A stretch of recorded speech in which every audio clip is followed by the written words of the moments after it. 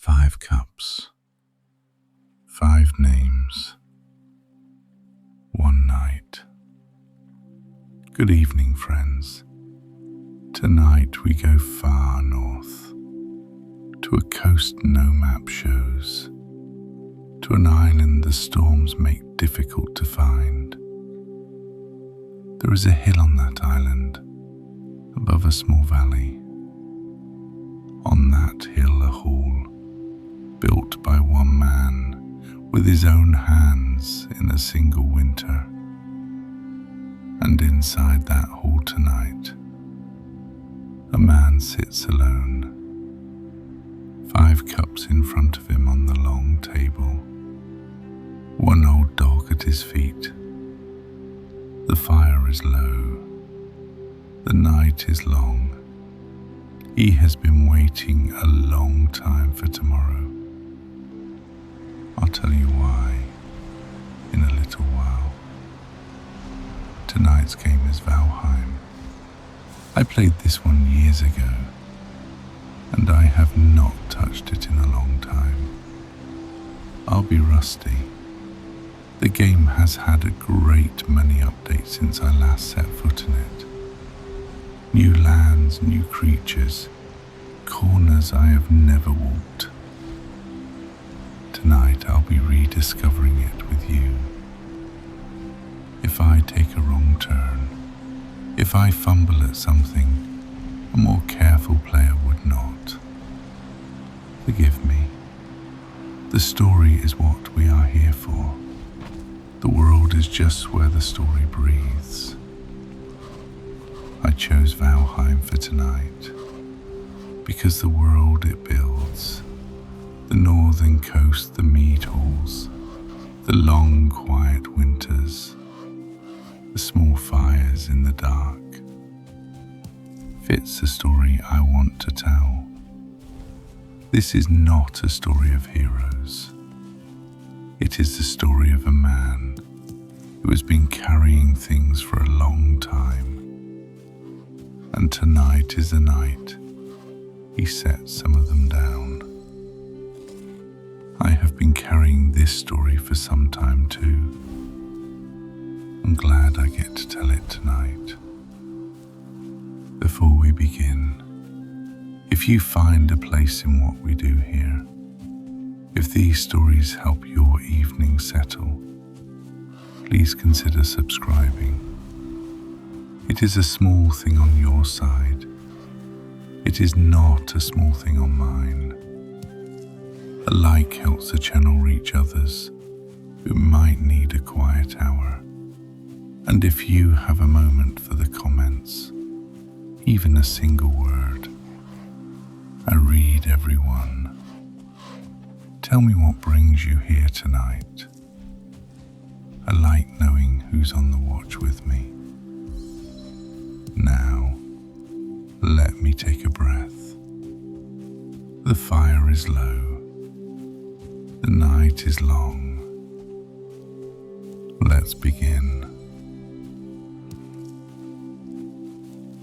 Tonight, you are a man called Halvar, Halvarther, in the old tongue, the keeper of the stone. Your father gave you this name. His father gave it to him. For most of your life you thought the name meant a man who guarded stone with a sword.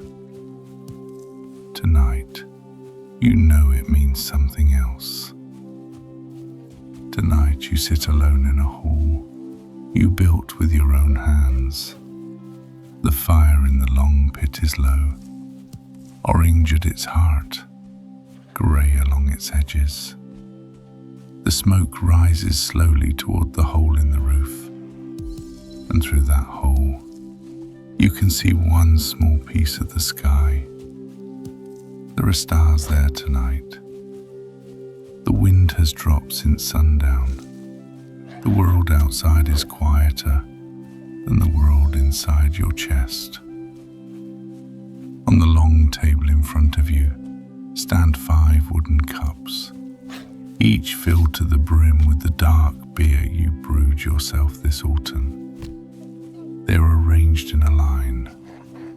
They've been arranged in this line for nearly an hour.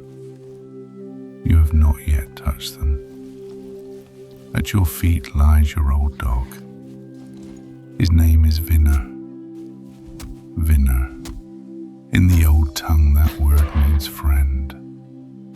It is not a name a man gives lightly. The old Vinner bond was a thing of blood.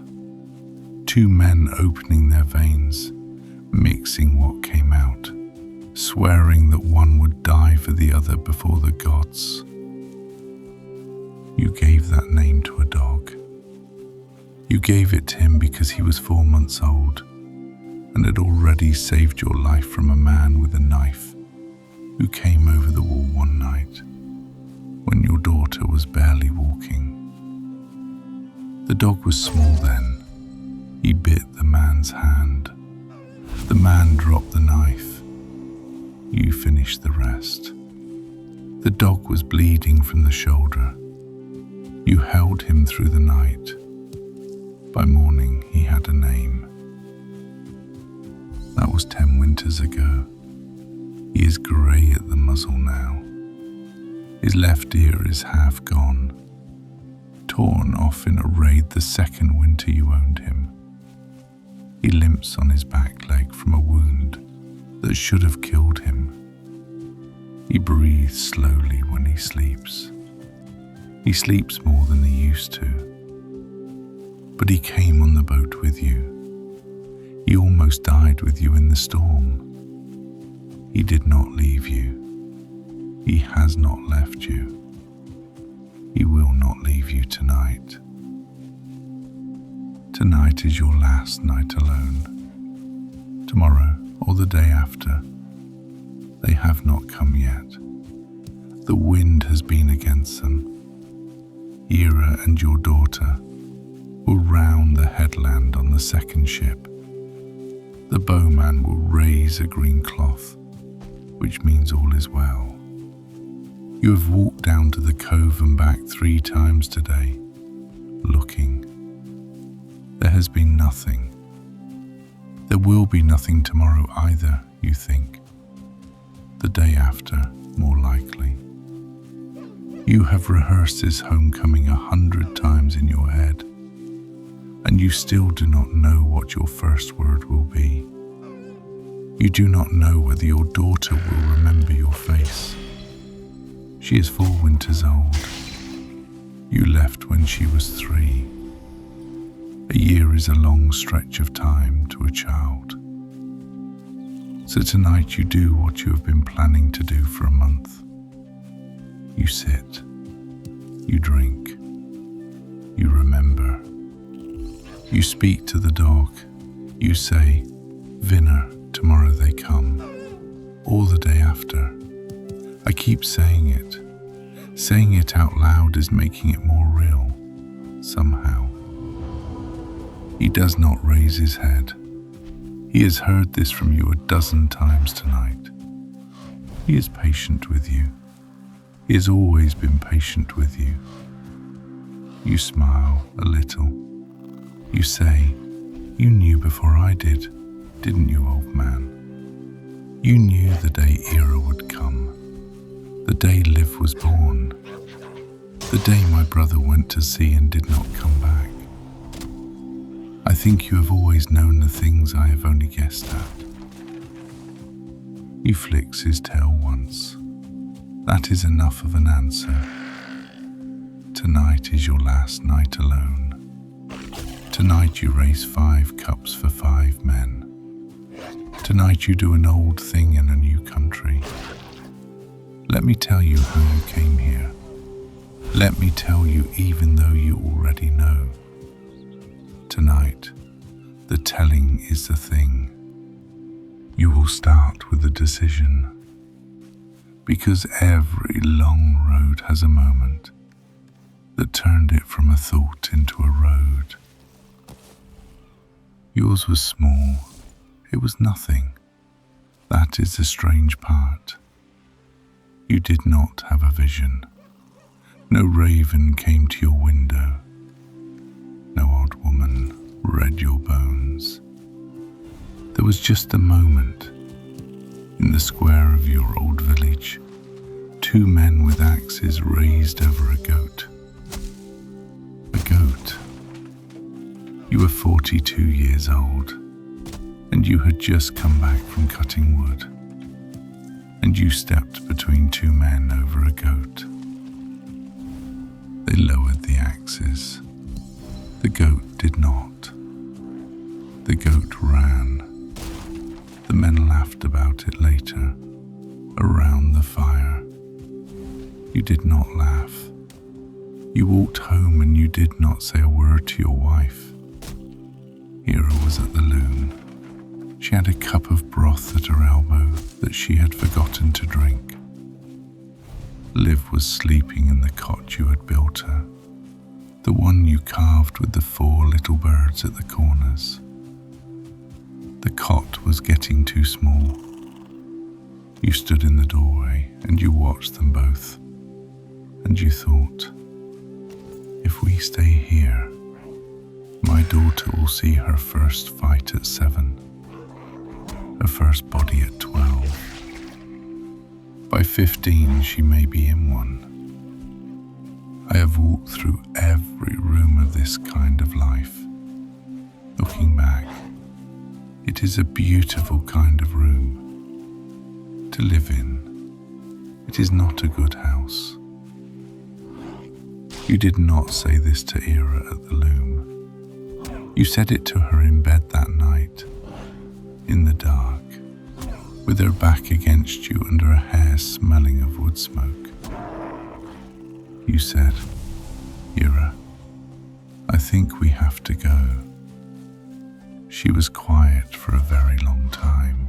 The fire in the corner had gone almost out. You thought she might be asleep. Then you felt her hand find yours, in the dark, under the blanket. She said, I have been waiting for the night you would say it. That was all. You did not talk about it again that night. You did not have to. You think now, sitting here, that the men who write sagas always make the moment of decision a great thing. A council in a hall, a sword raised, a king standing on a hill. The truth is smaller. The truth is 2 axes over a goat.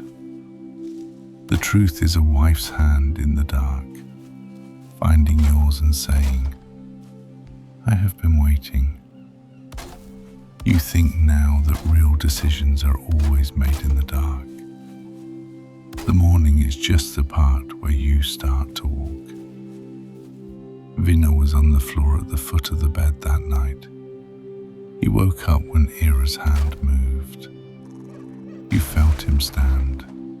You felt him circle once, twice, and lie down again, his weight against your foot. You think he was listening. You think he understood. He was 3 then, strong, black across the back, white at the throat. He had blood on him from the morning's raid against another small village, 2 valleys over. A thing you had been part of and were ashamed of. He had stood at your side that morning and torn out a man's throat. That night he lay against your foot while you whispered to your wife about leaving. He was even then a creature of 2 lives. The life of the old man you had been, the life of the new man you were starting to be. He came with you into both. In the morning you walked out, and you found Bjorn. Bjorn was the first man you told. Bjorn, yes, that one. The one whose cup is first on the table in front of you tonight. But I will speak of him later. In the morning you told Bjorn, and Bjorn said, I have been waiting for the day you would say this, Halvar. There are more of us. We have been waiting. It is a strange thing to learn that other men have been waiting for you to speak. You think you are alone in your tiredness. You are not. You never were. We are all walking around carrying the same weight, looking for one another. We just rarely say it out loud. There is a thing in the old way called a thing in the proper tongue. It is a gathering where men talk and decide. Sometimes 1,000 men come from every farm in a region, and the law speaker recites the laws from memory, and disputes are settled, and marriages confirmed, and feuds opened or closed. Sometimes a thing is small, 12 men in a barn. Yours was small. It was 23 men and 4 women who would not sit silent when their husbands tried to speak for them. In the loft of an old grain barn outside the village. The barn smelled of dust and rats. There was no fire because the roof was thatch and the harvest had been bad. We sat with our cloaks pulled tight. Bjorn spoke first because he was good at making jokes when men were nervous. He said, "Most of you are too old to row. The rest of you are too ugly to bring on a boat. Why are you here?" The men laughed. The nervousness loosened a little. Then he became serious, because Bjorn could become serious. And you said, "We are here because we are tired. We are tired of the small wars. We are tired of waking up to find a friend bleeding in the road for a goat. We are here because we want to take what we have left and put it somewhere it can grow." One man, old Geir the smith, with the scar that ran from temple to chin, said, "I have heard a tale from a trader 2 summers back. He said there are islands far to the northwest, beyond the storm coast, empty of men, forested, game enough for a generation. No king, no tax, no raid." Another man laughed. "Empty of men, so full of trolls then, or worse?" Old Geir said, "Maybe. Trolls die. Men die slower." You think now that this was a wise thing to say, and you have repeated it to yourself many times since. By the end of the night you had a company. 28 men, 4 women, who would come on the first boat. The rest of the families to follow on a second boat, once the place was made. The plan was simple, the way all plans are simple before they meet the sea.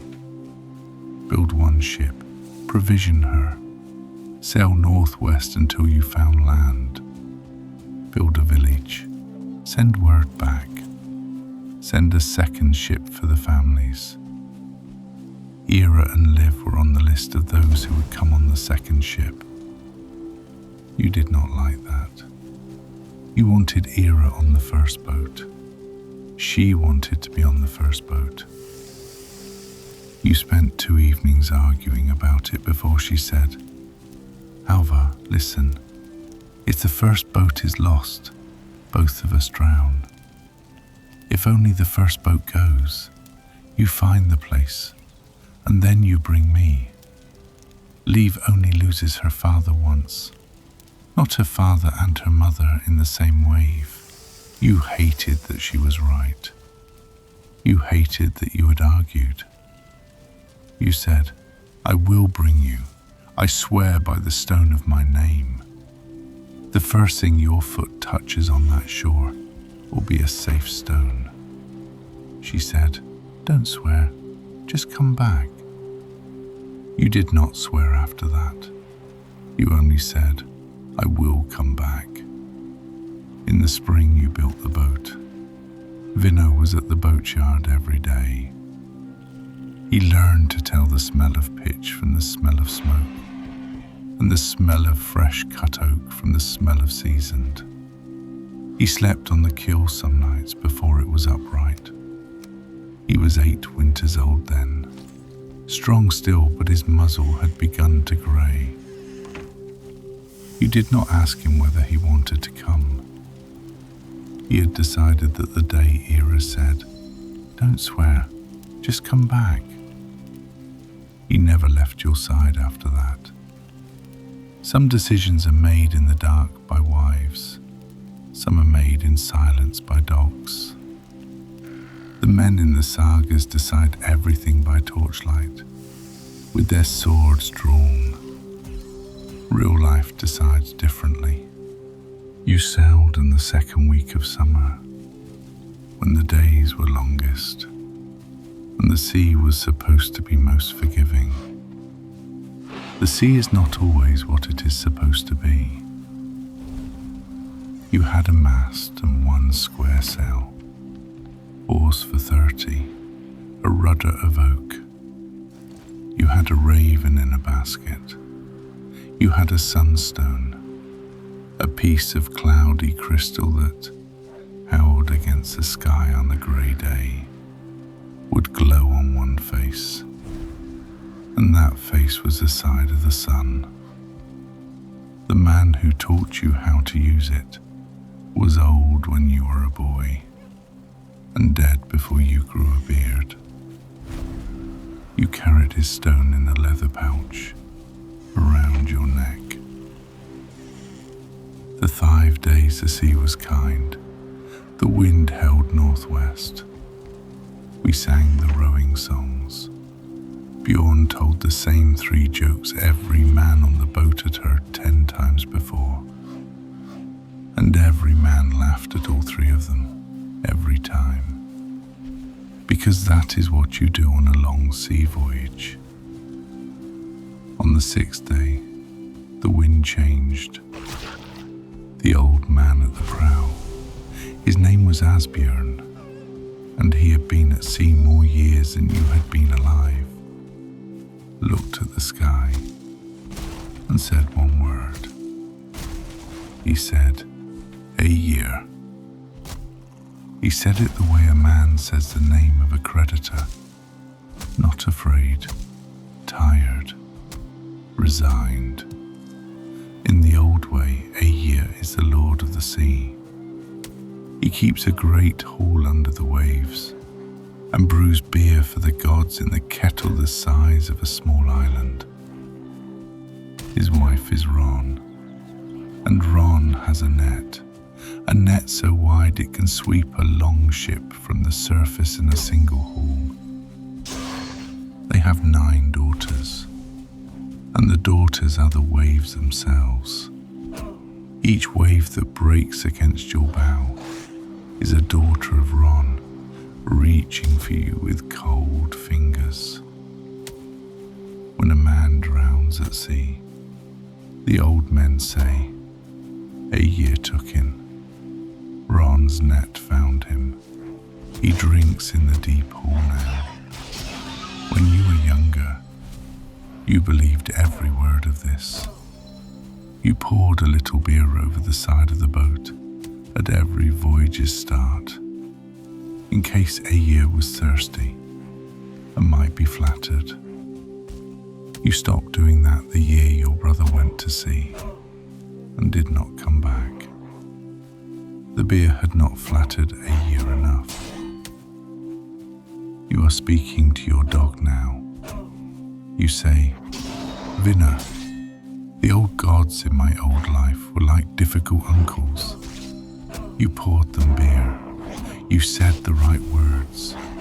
You stayed on their good side. I am not sure I believe in them anymore. But that night in the storm, I held the gunwale, and I tasted the salt, and a part of me thought I should have brought beer to pour. The old part, the young part, the part that still wants the world to be a place where you can bargain with the wave. He flicks his tail once. He hears you. The storm took us for 3 days. The mast bent until you thought it would break. The sail tore in 2 places. And a man named Otter held the tear together with his bare hands and the rope from his own belt until his palms bled. The waves came in on the deck and you bailed with your helm because there was no faster vessel. The raven died. You opened the basket on the second night and the bird had gone still. You put it over the side. Vinna lay in the bilge with his head against your foot. He could not stand. The water sloshed around him. He looked up at you with the eyes of a creature who has decided, calmly, that wherever you are going, he is going with you. You thought that night, if he dies, I will let go of the rope. I will not survive him. You think it is a strange thing to have thought. You think it would have been a foolish thing to do. You think now that you would not have done it in the end. But for one long moment, in the dark with the salt in your mouth, you meant it. As beyond the old man was right and wrong. Aegir wanted us. He did not get us. I do not think the beer would have helped. I think we lived because the boat was good, and the men were stubborn, and an old dog refused to die in the bilge. But sometimes, even now, when the wind comes off the sea at evening, I think maybe Asbjorn knew something I did not. Maybe Aegir watched, and Aegir let us go. Maybe the gods are real, and they choose, and we never know why. To name a fear is not to defeat it, but it makes a fear easier to carry. Maybe that is why the gods were invented. A name for the wave, a door for the death, a face for the loss. I do not know. Vinna lived. We made sure. The rest is a story for the next cup. The morning the storm broke. The sea went still in the way. Only an exhausted sea can. Flat, milk grey. Almost embarrassed. The mist lifted. There was land off the bow. The men shouted. Bjorn shouted loudest. Old Asbjorn did not shout. He looked at the line of the coast and made the small gesture men of his age make instead of weeping. You did not shout. You knelt by Vinna in the bilge, and you put your hand on his ribs and you felt them rising and falling, slow but steady. And only then did you stand and look at the land. When you remember it, you remember that order. The dog first, the land second. That is the right order. We came into a sheltered cove on the southwest face of the island. The shoreline was forest down to the waterline. Fir, pine, and a kind of birch we had never seen before, white as bone, with leaves so small they shivered in any breath of wind. There was a stream coming down through the rocks. There was no smoke. There were no signs of men. We slept on the beach the first night, with the boat hauled up on the sand and 3 men on watch. Nothing came. The forest made its forest sounds. Far off something called once. Something not a wolf, not a bird I knew, something else. And Vinner lifted his head and listened and did not bark. He decided it was not for us. He went back to sleep. On the second day we walked the cove and the headland, and a meadow above the headland, where the wild grass came up to a man's waist. There were tracks of a kind of deer none of us recognized. The earth was good, black, deep, smelling of old leaves. There was a small pond of fresh water. Bjorn stood in the meadow and turned slowly in the circle and said, "Brothers, we could die here, but by Odin, we could also live here. I would like very much to find out which." We laughed. The laughing felt strange in our throats after the storm. It came out a little broken, but we laughed. The cove was the choice. Sheltered, fresh water, sand for the boat, meadow for the long houses, forest for the wood.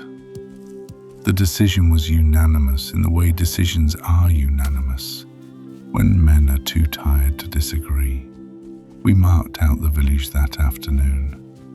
By evening, the first axes were in the trees. On the third day I walked alone, with Vinner. I walked east up the spine of the island, past where the land rose into a low hill, and over the hill into a second valley I had not seen from the cove. There was a stream there too, a small one. There was a south-facing slope, with the kind of light I remembered from a place I had visited once as a young man, in the country of the Frisians, where an old farmer had said, "The light here is good light. Things grow in this kind of light." That was 40 years ago. The farmer was dead before I left, but his words came back to me on that hill, looking at that slope. I sat down. Vinner sat next to me. I said to him, "What do you think?" He yawned. He looked at the stream. He looked at me. He lay down on the warm grass. That was his answer. I went back to the cove that evening. The men were already laying foundations. Bjorn saw my face and said, "Halvar, you found something." I said, "I found a hill on the other side of the ridge. I want to go there with Ira, with Liv. I want to put my house on that hill." He looked at me a long moment. He said, "Why not here, with us?" I said, "Because I love you, brother. I have loved you for 30 years, and I would like in the rest of my life to love you a little less every day." He laughed. He understood. He has always understood. He said, "Halvar, after all you have been through, you have earned a hill. Take it. We will see you at the new moon and the full moon, when the men gather. Bring beer." So I took my hill. Before I cut the first tree, I went down to the boat that night, and I lifted off the carved dragon head from the prow. The carving was of a serpent with its mouth open, teeth shaped like flame. It was meant to frighten enemies. It was also, in the old belief, meant to frighten the land spirits, land vatir in the old tongue, the small unseen powers of any country. The custom was, when you came to a land where you meant to live, not to raid, you took the dragon head off and laid it down. You said, "I am here in peace. Show yourself to me or do not. I will not threaten you. I did not know if I believed in Landvatter anymore. I had not believed in anything for a long time, not the way I had believed when I was young. But I lifted off the dragon head and I laid it on the sand. I said out loud to whatever might have been listening, I am Halvar, son of Eyvind, son of Hroth. This is my dog. We will build here. We will not take more than we need. Show me where to dig the well if you can. If you cannot, do not be angry. We will find it ourselves. Minna put his nose against my hand. Maybe nothing heard. Maybe everything heard. The well, when I dug it 3 weeks later, was good water on the second day. I do not say this means anything. I say only that it happened. Sometimes the old rituals are not about the gods. Sometimes they are about you. About what kind of a man you choose to be when no one is watching. Vinna was watching. He has always been watching. That is enough. You spent that summer and the autumn alone on the hill with Vinna. The men in the cove were close enough to walk to in half a day. And you walked there once a week, sometimes twice. You brought back a sack of fish, or a barrel of nails, or news. They asked after you. They sent their wives' regards, and Bjorn sent jokes. But the work was yours. You felled trees the first month. You stripped them, dried them, stacked them. The second month you laid the stone foundation. Flat slabs from the stream bed, fitted by eye, levelled by patience. The third month you raised the walls, log by log, notched at the corners in the old style. There was no one to help you lift. Vinna lay in the meadow and watched you work. He came when you called. He stayed away when you did not. You learned that the trees in this country grew straighter than the trees you had known at home. You learned that the soil was darker, and that the rain came later in the autumn, but harder. You learned that the wolves on this island, and there were wolves, you heard them at night, were smaller than the wolves of your old country, and shyer. They did not come near the hill. Vinna smelled them sometimes. He would go to the door of the half-built hall and stand, listening, his ears forward.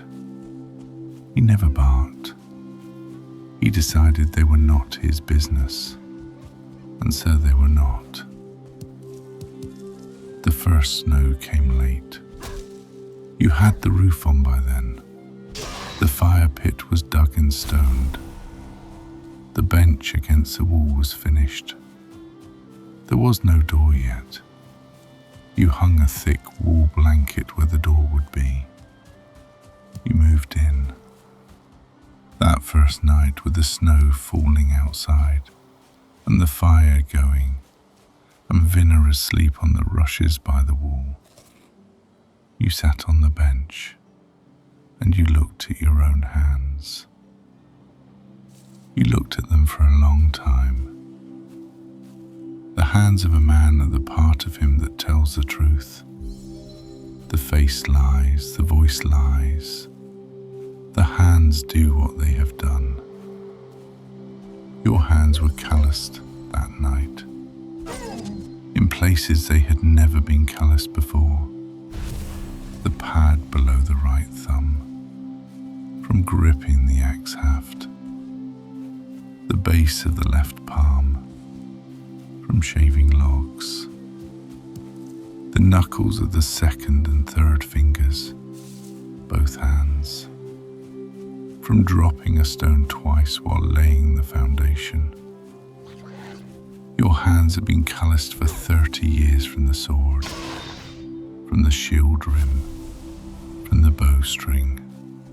Those calluses were still there too, faint under the new ones. You sat there a long time and you thought, these are the same hands. They have done very different things. A man becomes what his hands have done. For 30 years my hands had broken things. They had broken bone and wood and the doors of houses that did not belong to me. Some might say of broken things I cannot speak of, even to a dog. Now that winter, my hands had built, day after day, log on log, stone on stone, peg in hole. The same hands, a different man. I do not know which of those men was the truer one. I think, sitting here tonight, with the cups in front of me, with you at my feet, I think they are both true. The breaker is still in me. He has gone quieter. He has gone into the back of the room, but he is still there. The builder is also true. He came late. He came after a great deal of breaking. He is still learning what he is. Maybe a man is not a single thing. Maybe a man is a long argument between the hands he had and the hands he is choosing to have. And the argument never quite finishes. That is what I thought that first winter, alone in this hall, with snow on the roof and a fire in the pit. Vinna woke up around midnight. He came over and put his head on my knee. He looked up at me. He did not need to say anything. He had decided long ago which version of me he was going to live with. He had been patient. I think sometimes the dogs we keep are kinder versions of the future selves we are trying to grow into. We do not always become them, but the dog stays. The dog waits. He waits, and so I came back to this hall, back to tonight, with the fire low and 5 cups on the table, and an old dog at my feet. The hall is finished. The bench is smoothed. The walls are caulked with moss against the autumn wind. The shelves are stocked. The bed in the corner has fresh straw and a wool blanket, and another wool blanket folded at the foot for the colder nights when the snow comes. There is a smaller bed against the other wall, a child's bed. I built it last month. I carved 4 small birds at the corners, the way I carved them on the cot in the old country, all those years ago. I think Liv will recognize them. I think she might say, "Father, the birds came with us." Or she might not. She might say nothing. She might be shy. She might cry. She might run to her mother and not look at me for a day. I have prepared myself for all of these. I have prepared myself also for the possibility that she will run straight to me and put her arms around my neck and hold on as if she had been holding on the whole time and only just now found me again. myself for that one the most carefully, because that one will undo me. The day after tomorrow, perhaps, or the day after that, the wind has been against them. Tonight, before they come, I want to do an old thing. In the old way, there is a ritual called sunbell. A man stands, he raises a cup, he says a name, he drinks, he sits. The name lives, the man lives, the cup lives. In the old days, sunbell's a thing the whole hall did together. On long nights, at weddings, at funerals, before a battle, after one. The first round was for the gods. The second was for ancestors. The third was for any oath a man wished to swear in front of all. After that, the rounds were free, and the names came as men remembered them, and the hall got loud and the beer flowed, and the night went on until dawn. I did sunbells in my youth. I did one before my first raid. I did one at my wedding, a small one, only 12 men. But Bjorn was there, and Eric was there, and I will speak of Eric later. I did one after the death of a man we will also come to. I did one the night I left the old country. That one was small too, only era, only her and me, and a single cup between us, in our half-empty house, with the chest packed by the door. She held the cup, she said, to this house. She drank, she handed it to me. I held it. I said, to the house I will build for you. I drank. That was the whole of it. I have not done a sunbell since that night. Tonight I will. I will do it alone, because the men I am going to name cannot come to my hall. Bjorn, yes, Bjorn is in the cove, sleeping by his own fire, alive, and he could come, and tomorrow I will likely drink with him in person. But the others are scattered, some of them in the ground, some of them at the bottom of the sea, some of them in places I do not know the names of. So tonight I will name them here. The hall will hear their names. The hall will keep them. The hall is a kind of memory. A house holds the names spoken inside it. That is one of the older beliefs, and it is one I have not let go of. I am not certain it is true. I am certain it does not hurt. 5 cups, 5 names, and then a 6th thing. But I will come to the 6th thing when the cups are empty.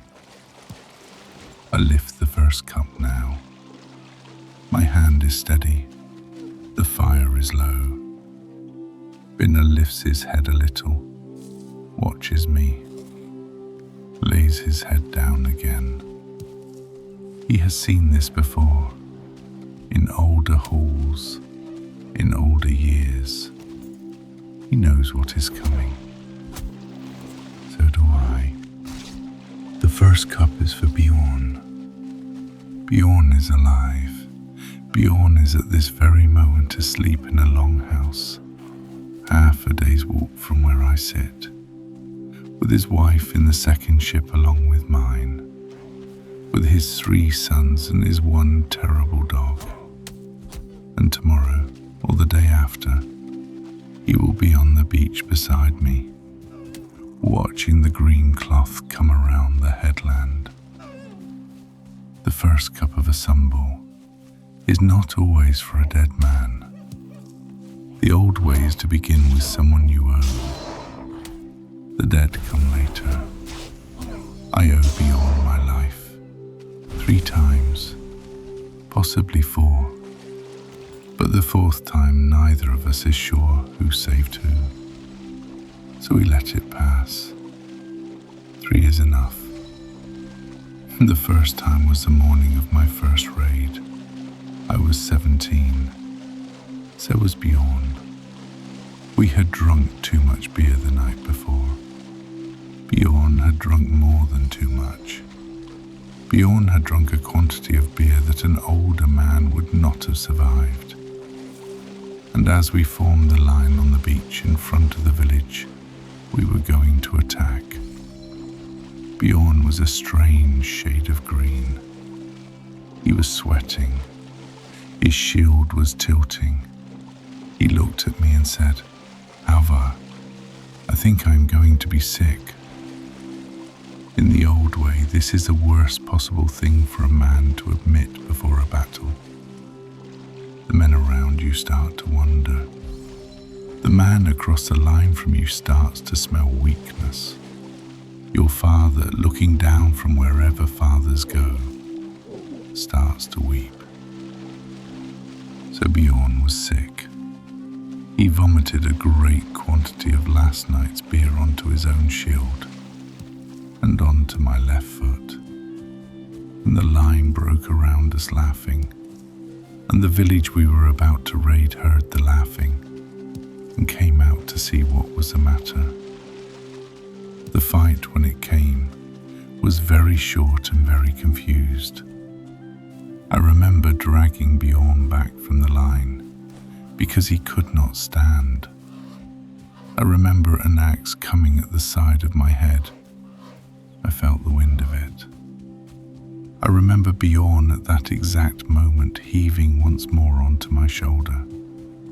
And I remember ducking by instinct because of the heave, and the axe passed over me. He saved my life by being sick on me. I saved his life by dragging him out of the line. We were both 17. Neither of us knew what we were doing. We came home alive because of 2 accidents and 1 stupid friendship. When I think about that morning now, I do not feel pride. I do not feel shame really either. I feel something like tenderness toward those 2 boys, toward the great stupid luck that kept them alive. Bjorn told that story for 30 years. He told it badly, every time. He never got the order of events right. I never corrected him. The last time he told it was at his oldest son's wedding, 10 winters ago. He told it wrong again, and the whole hall laughed, and his son rolled his eyes, and his wife, Helga, the patient one, said, "Bjorn, you have told this story so many times. The story itself is now embarrassed." He was unrepentant. He has always been unrepentant. It is one of his finest qualities. In the old way, the bringing in of a young man to manhood, and we were boys that morning on the beach, we were not yet men, was supposed to be a solemn thing. Your father gave you his sword. There was a feast. The law speaker spoke.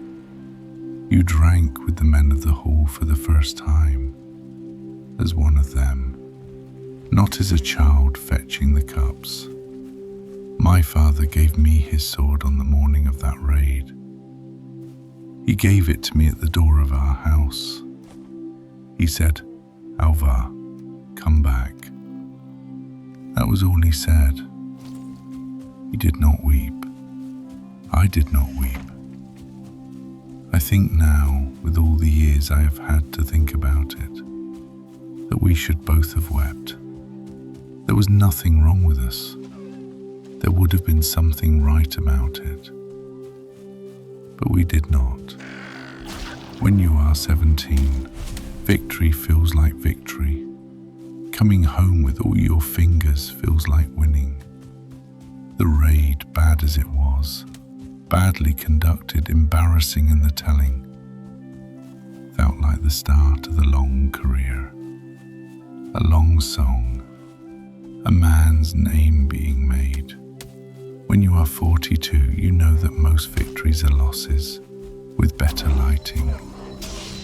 You came home with all your fingers, yes, but that morning on that beach, I left something behind, some quiet thing, innocence, fearlessness. I do not know its name. I have never gotten it back. I do not think I want it back. The men I have known who kept it past 40 became dangerous. They did not know enough to be afraid of themselves. Losing things is not always a loss. Sometimes losing is a kind of growing. The young man does not know it. The old man cannot teach it. It is one of those things every man has to learn, alone, in his own time, by his own hands. Vinna was not yet born then, of course, but Vinna's father was, a wolfhound named Skjold, who lived in Bjorn's father's house. Bjorn's family bred the line. It is from Skjold's litter, 3 generations later, that I took Vinna. So in a way, the dog at my feet is the descendant of the dog who watched my first raid. The line is unbroken. Lines do that. They run quietly underneath everything. We do not always notice. To Bjorn, to the boy on the beach, to the father at the door, to the line of dogs that connects us, I drink. The second cup is heavier. You knew it would be. You set it on the table tonight, knowing it would be. The first cup is supposed to be light. In the old way, you begin with someone you owe and someone you love. Then you go down. The second cup is a descent. His name was Sigvald. He was a berserker. I want to tell you what that word meant, because most men outside our country use it wrong. Berserker. In the old tongue, berserker. Bear shirt. A man who in battle became a bear, or pretended to. Some of them wore the actual hide of a bear over their shoulders. Some did not. There were also Ulfthedner, wolf hides, men who became wolves the same way. The two were brothers, in a sense. The bear men were heavier, slower, more frightening to look at. The wolf men were quicker. In the old stories, the berserker was a gift, Odin's gift. The All-Father, the High One, would touch a chosen man before battle, and the man would lose his fear. He would lose his pain. He would also, the stories say, lose much of his sense. He would howl. He would bite the iron rim of his own shield. He would fight as if he could not be killed. Sometimes he could not. Sometimes he could. When I was a young man, I believed in this gift. I thought the berserker was a holy man. I thought the howl was the voice of the god in his throat. I am older now. I think there is no gift. I think there is only a kind of madness that some men have inside them, and they learn how to call it forward. And they call it a gift because the alternative is to admit that it is a sickness. Sigvald was sick. He was a quiet man out of battle. He had a stutter. He could not say the word raven without faltering on the second syllable. He kept bees. He had a small farm on a slope above a fjord I no longer go to, and his bees were the best in the valley. He sold honey at the autumn market. He gave a jar to my Era when we were married. He said, "For the first cake." He smiled when he said it. He had a kind smile. In battle, he was someone else. He ate something before he fought. A kind of mushroom, dried, ground into a paste with honey from his own bees. Some berserkers did this, some did not. Some claim they did not need it. Sigvald used it. He was honest about it, in the way that men of his kind sometimes were. He said, "It is the door. I do not have to go through it, but it makes the going easier." I was beside him in 3 raids. The third was the one that ended everything between us. I will not tell you the whole of that night. The detail is not what matters.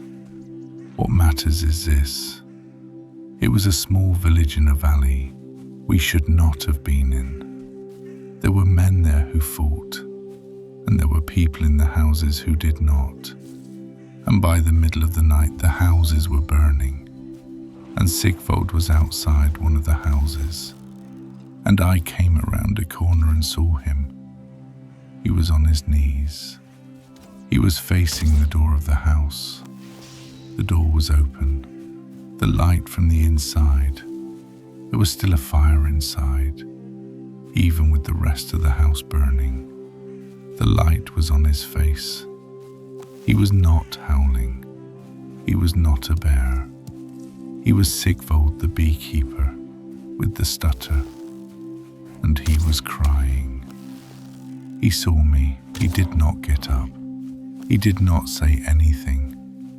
I did not say anything. I stood there for what was probably a count of 3. Then I walked on. In the morning, neither of us spoke of it. We did not speak of it on the boat home. 3 days later, we never spoke of it. On the next raid, 6 months on, he died. A spear in the side beneath the ribs. I held him while he died. He was looking at me at the end, and his lips were moving. And I leaned close, and I thought he was trying to say something to me. I thought he might be trying to confess, or apologize, or ask for forgiveness for that night, or ask why I had not stopped him, or stopped myself on that night. He was not. He was trying to say his wife's name. He could not get past the second syllable. He stuttered on her name, dying. He died with her half name on his mouth. Vinna was 3 winters old that night. He had been in the village. He saw what I saw. He stood at my hill through the whole of it, and he killed 2 men who came at me. And he was bloody up to the shoulder when we walked back to the boats. I bathed him in seawater for an hour the next morning. He did not look at me the whole time. I think he was ashamed of the work, and so was I. Here is what I want to say, with this cup in my hand. Sigvald did things that night that I will not name. I was at that village. I did not stop them. I did some of them in my own way. The fire was started by men who were not Sigvald. We were all there. We were all part of it. When I was younger, I told myself that the man who burned the house was Sigvald, and the man who watched him from the corner was me, and that those were two different men. The man who burned was sick. The man who watched was sane. I am older. I do not believe that anymore. There is no clean line between the man who burns and the man who watches. There is only a man who was at the village. The hands of the watcher are not as bloody as the hands of the burner, but they are not clean. They have stood in the same room. They have not pulled the burner away. They have walked on. In the old way, drengskapper was the word for a warrior's honor. We used it like a coin we were sure was good. Drengskapper meant keep your word, fight fair, do not strike a man who has dropped his weapon. Do not harm those who cannot harm you. We said the word at every feast. We swore by it before every voyage. In the morning after that night, I said the word drengskapper to myself in my head, and the word felt like ash, not because Sigvald had broken it, because I had stood at a corner and let it break. The word did not protect anyone in that village. The word was a fine sound men make to feel like men. The acts that night were what they were.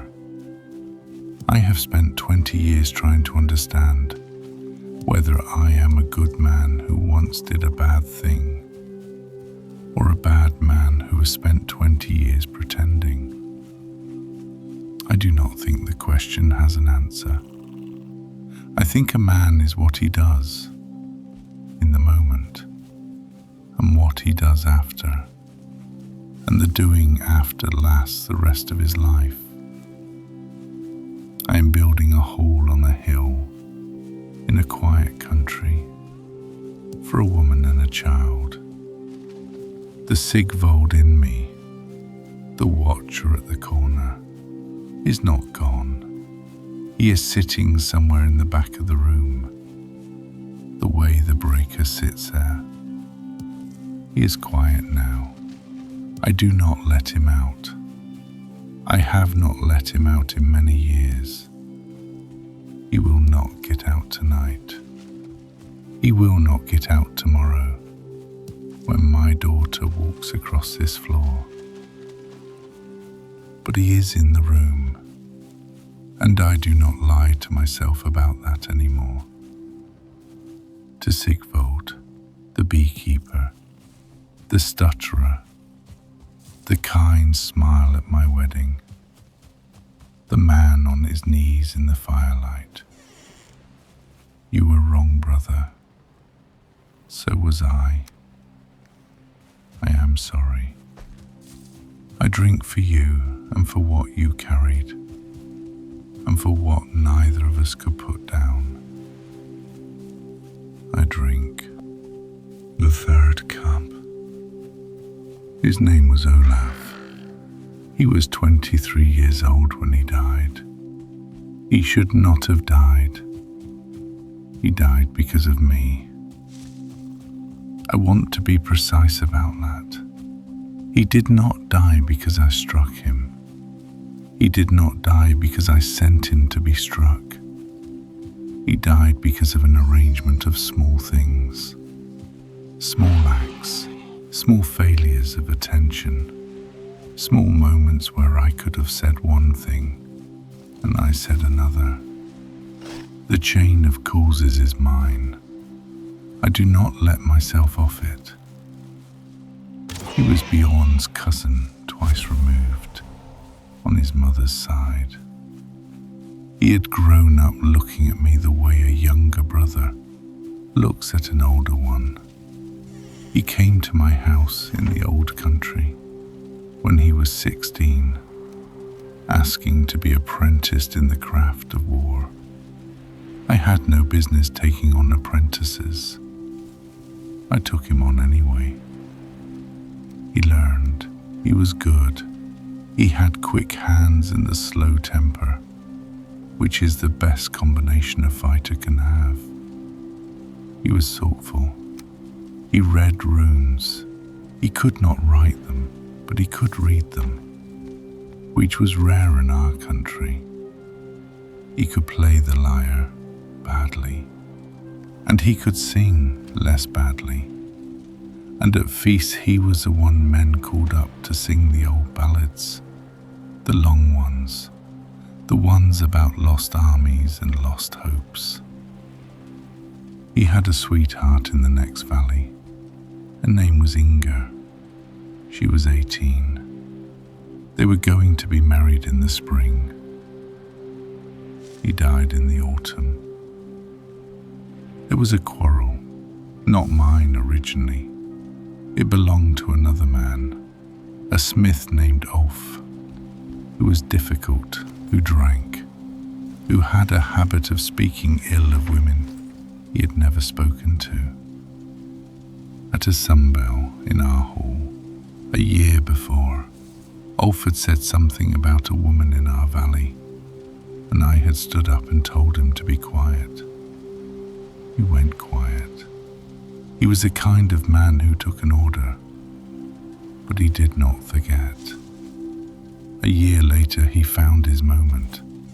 At another sunbell, he stood up and he made a speech about how Halvar of the Long Hall was always quick to silence other men, but slow to keep his own house in order. He said this in front of 40 witnesses. By the law of our country, this was a challenge.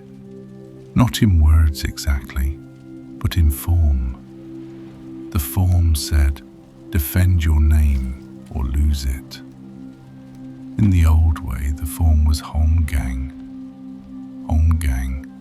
holmerganger, to walk to the small island, the duel between two men with 3 shields each, on a marked space. Often a small island in a river or a fjord, so that no one could flee and no second could intervene. The rules were old, the rules were known. A first blood ended the matter in some traditions, a first death in others.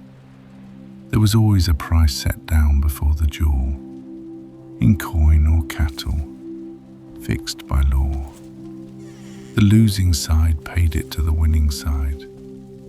If the loser was killed, his family paid in his place, guild, the old men called it. Though that word more properly meant the blood debt for a killing outside the duel. The old men said holmgang was civilization. They said it was better than feud, better that 2 men decide the matter than 2 clans. I've come to think the old men were lying to themselves a little. Holmgang was civilization, the way a single duel is civilization compared to a war. It is less bad. It is not good. I accepted the challenge. The date was set for 14 days after the sunbell, on a low island in the fjord below our village. I would have 3 shields, so would Ulf. On the morning of the duel, walking down to the boat that would take me to the island, I caught my foot on a stone in the path. I was looking up, at a hawk I think, or at a cloud. I do not remember. I caught my foot. I went down on my left side. I felt the bone in my left ankle pop. Not break, pop. The kind of small wrong that a man feels and tells himself is nothing. I stood up. I tried to walk. I could walk. It hurt. I could walk. Olaf saw my face. He had been at the boat ready to row me across. He came over. He looked at the ankle. He said, "Alvar, you cannot fight on that. You cannot turn fast enough on that. Ulf is bigger than you. He will knock you off the marked space within 3 exchanges." I said, "I can fight. It is nothing. I will favor the right side." He said, "Let me go. I want you to understand, Vina. I want you to understand, all of you who are listening to me tell this. In our law, a substitute was permitted in Holmgang under one condition. The substitute had to volunteer. He had to step forward of his own will. The challenged man could not order it. The substitute had to want it. Olaf wanted it. He was 23. He thought he was faster than I was, and he was right. He thought he was better with the blade than I was, and he was probably also right. He had been winning practice bouts against me for the last 6 months. He thought it would be easy. I said, "Olaf, tomorrow I am supposed to lead a small voyage to the next valley. The men are waiting for me. If I am wounded today, I cannot lead. If you go in my place, I keep my voyage. I keep my schedule. I lose nothing." He nodded. He smiled. He said, "Then it is settled. I will stand for you." In the rules of Holmgang, no one ever thought without intention. The substitute went knowing the risk. The death, if it came, was the substitute's death. By law, by custom, by every old word. The death was on his head, not the head of the man he stood for. By law. He died on the 3rd exchange. Ulf knocked his shield aside. The blow took him across the throat. He bled out in less than a minute. He did not speak. He did not have time. I sat in the boat as it brought him back. I looked at his face. He looked surprised. He had been expecting to win. His sweetheart Inga came to the funeral. She did not look at me. She did not speak to me. She did not weep at the funeral in front of others.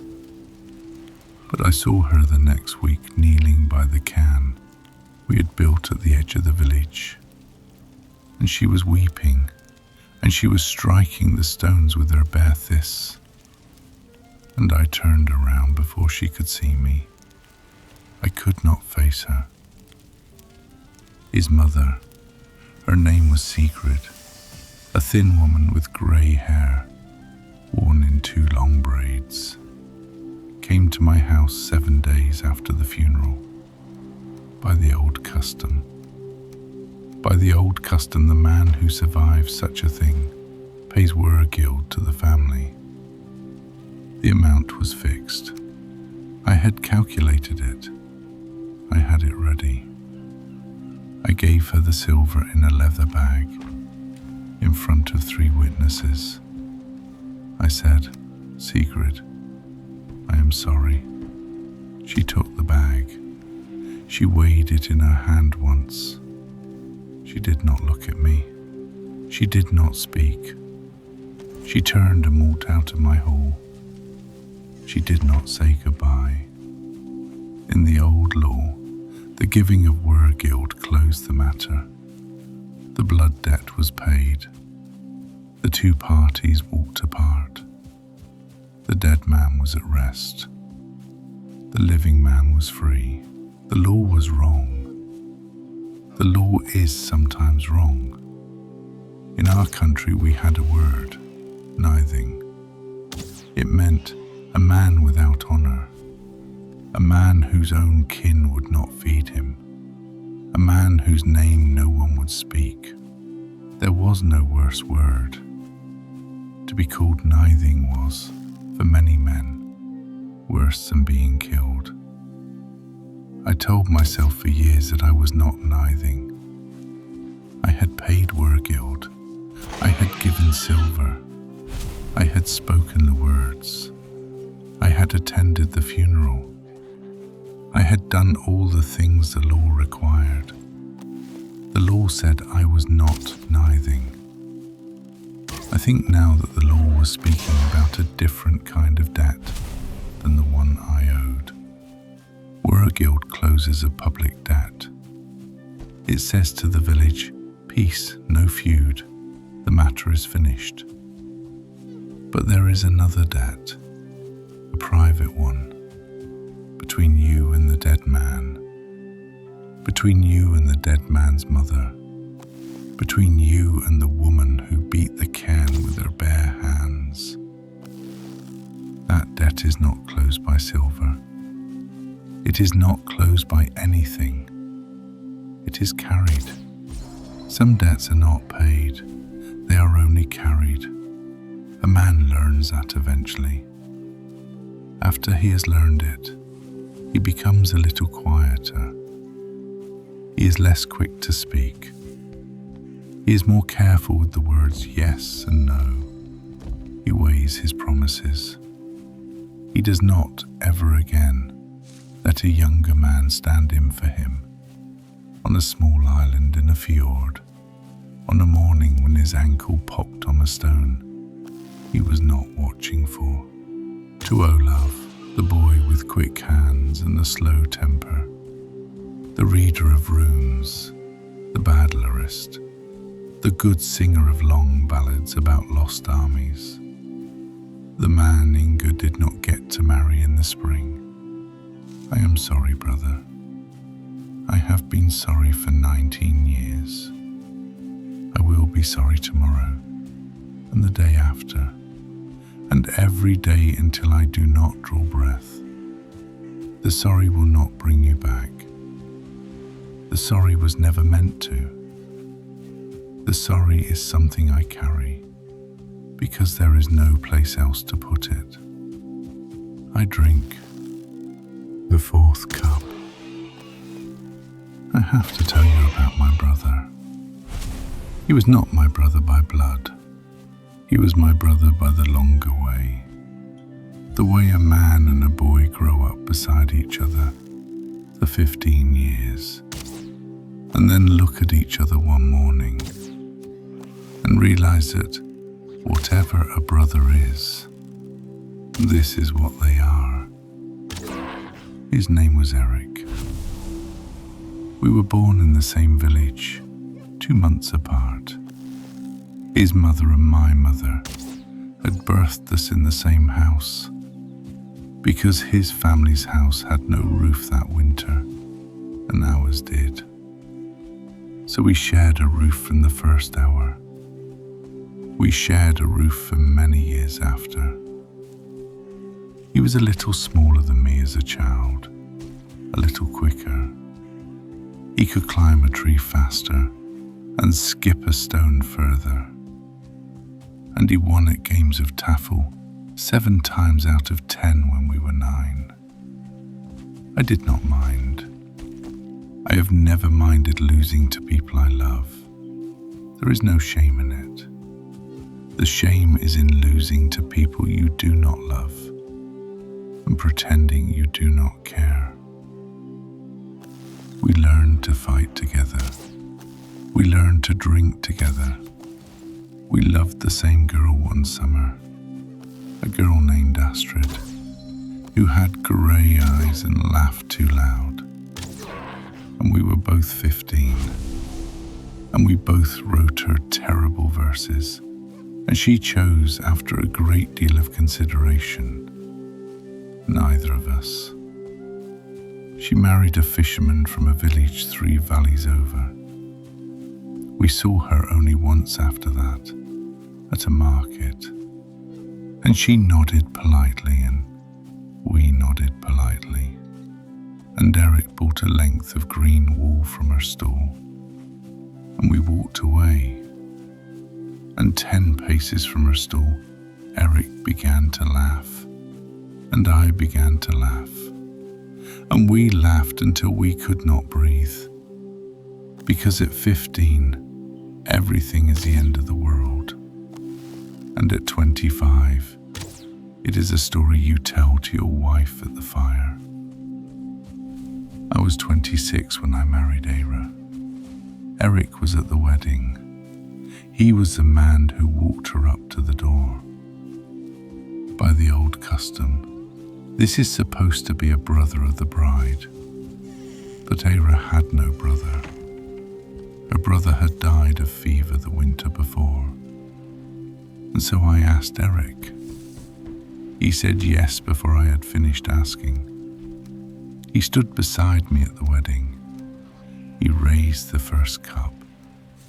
He said, "And I will remember this. I have remembered this every year of my life." He said, "I do not know if there are gods, but if there are, I make them this offer. Take 10 of my years, give them to Halvar and Ara, and put them at the end of their lives, when they need them most." He said this in front of 50 people. He said it lightly with a smile, the way you say a thing you mean, but do not want to make heavy. Ara laughed. The hall laughed. The cup went around. I do not know if any gods heard. I do not know if any gods accepted the trade. I have spent many winters thinking about that offer and what it meant, and whether something was set in motion at that wedding that ran out in time to a sea I never sailed and a death I never witnessed. I do not know. I will never know. He came on the voyage with us, of course, the first voyage of our lives, when we were 20, the 3rd, the 5th, the 10th. We rowed beside each other for 15 years. He saved my life. I will not count how many times. He let me save his. He was always polite about that. We came home, we went out, we came home. We were the kind of men who men in the village pointed at when they wanted to show their sons what friendship looked like. When Liv was born, Eric was in the next room. Ara had not let him in. By the old custom, no man enters the room of birthing. But Eric was on the other side of the door for the whole night, and he did not sit down once. He was 35 then. He was tired. His hair was beginning to grey at the temples. He had not married. He said he had not found a woman who could put up with him as well as I could put up with him, and that the qualifications were straight. When I came out and put Liv in his arms, I let him hold her before her own grandmother, which was a small breach of custom, but no one was there to enforce it. When I put her in his arms, he held her like a man holds something he has been waiting for his whole life, and only now realized he was waiting for. He looked up at me. He did not say anything. He did not have to. 3 winters after Liv was born, he went to sea. It was not a raid, it was a trading voyage. He was just past 40. He had been talking the last summer about being too old for raids, about wanting a quieter way of working. He had bought into a small trading venture with 3 other men in a small ship that was meant to go up the coast and along the islands and back. A 6-week trip, possibly 7. He came to my house the morning he left. He had a sack on his shoulder. He scratched Vinna behind the good ear. Vinna was 9 winters old. They had grown up together, those two. Eric used to bring him strips of dried fish whenever he visited, and Vinna knew the smell of him on the wind from a long way off. Eric said to me, "I will be back by the harvest moon. Tell Era I will bring her a length of that blue wool she has been asking about." I said, "Take care of yourself, brother." He smiled. He said, "I always do." He walked down the path. Vinna stood in the door and watched him go until the path turned at the elder tree, and he was gone. Then Vinna lay down on the threshold and put his head on his paws. He stayed there until evening. I did not call him in. I knew. I think I knew. I think the dog knew. I think we did not say it to each other, but we both knew. The harvest moon came. He did not come back. No ship came back. I waited a month, then I went to the harbour town where they had set out from, and I asked. And the harbour master said, "There has been no word. None of the 4 men, none of the ship." I waited another month. I went to other harbours. I sent letters with traders. Nothing. In the spring, a fisherman in a village far up the coast, 3 days' walk from where they had been heading, said he had seen a piece of timber on his shore in the late autumn, with a brand on it that looked like it might have been from the ship. He had used it for kindling before he thought to ask. He could not say for sure. 1 piece of timber, possibly, possibly not. That was all the word I ever got of my brother. The cup is in my hand. Vinna is awake now. He is watching me. He knows whose name is coming. Let me speak of him a little longer before I drink. The next part of his story is the longest part. The longest part is the part where I had to learn how not to know. I want to tell you about the word, maybe. When I was younger, I did not believe in the word. I had use for yes, and I had use for no. And the gap between them was a place I was not interested in. A man asked you a question, you answered, you moved on.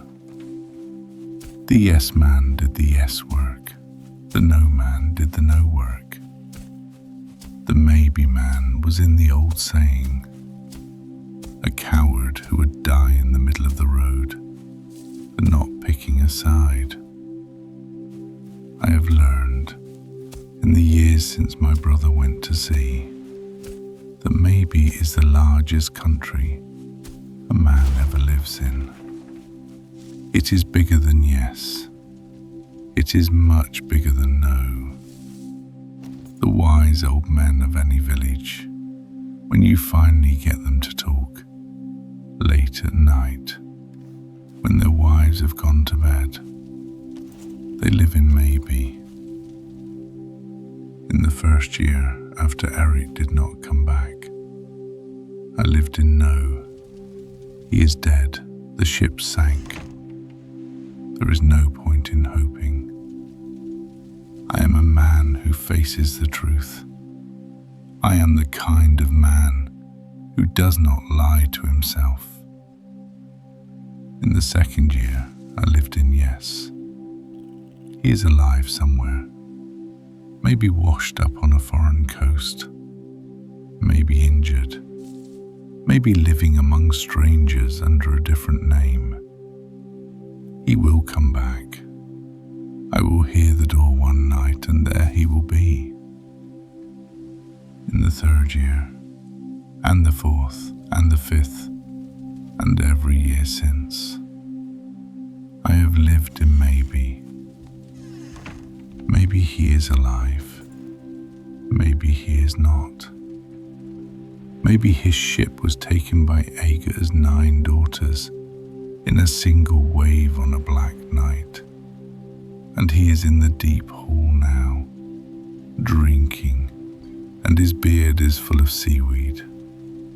And Ager himself has clapped him on the shoulder and said, "Eric, sit. You belong here." Maybe he was killed by men, pirates from a coast we did not know about. He fought, he fell, his body went over the side. Maybe he died of thirst on a small ship that lost its sail in a storm and drifted, and the 4 of them went in the order of their strength, the weakest first, the strongest last. And Eric was strong, so he was the one who watched the others die, and then died himself, looking up at a sky that did not answer any of his questions. Maybe he survived. Maybe the ship made an unfamiliar coast. Maybe he is this very moment in some far country with a wife and children, and he speaks a different tongue now, and he has forgotten the old one, and he thinks of me sometimes the way a man thinks of an old dream he can no longer remember the shape of. Maybe, in the old way, when a man dies in battle, when his blood is on the iron, when he falls with his sword in his hand, half of him goes to Valhalla, to Odin's hall, to drink and feast and fight and die again, every day until the last day, when he stands shoulder to shoulder with the gods at the end of the world. But I want to tell you something most men do not know. Most men outside our country, even some inside it, half of him goes to Valhalla. Half. The other half of every warrior who falls in battle goes to Folkvanger. Folkvanger is the field of the people. It is the hall of Freya, the goddess of love and war, the goddess who weeps tears of red gold when she is sorrowful, and who rides a chariot pulled by 2 great cats. The old poem says it. When men fall in battle, Freya chooses first, and Odin chooses second. Half of them go to her field, half go to his hall. Equal halves, equal halves. Most men forget this.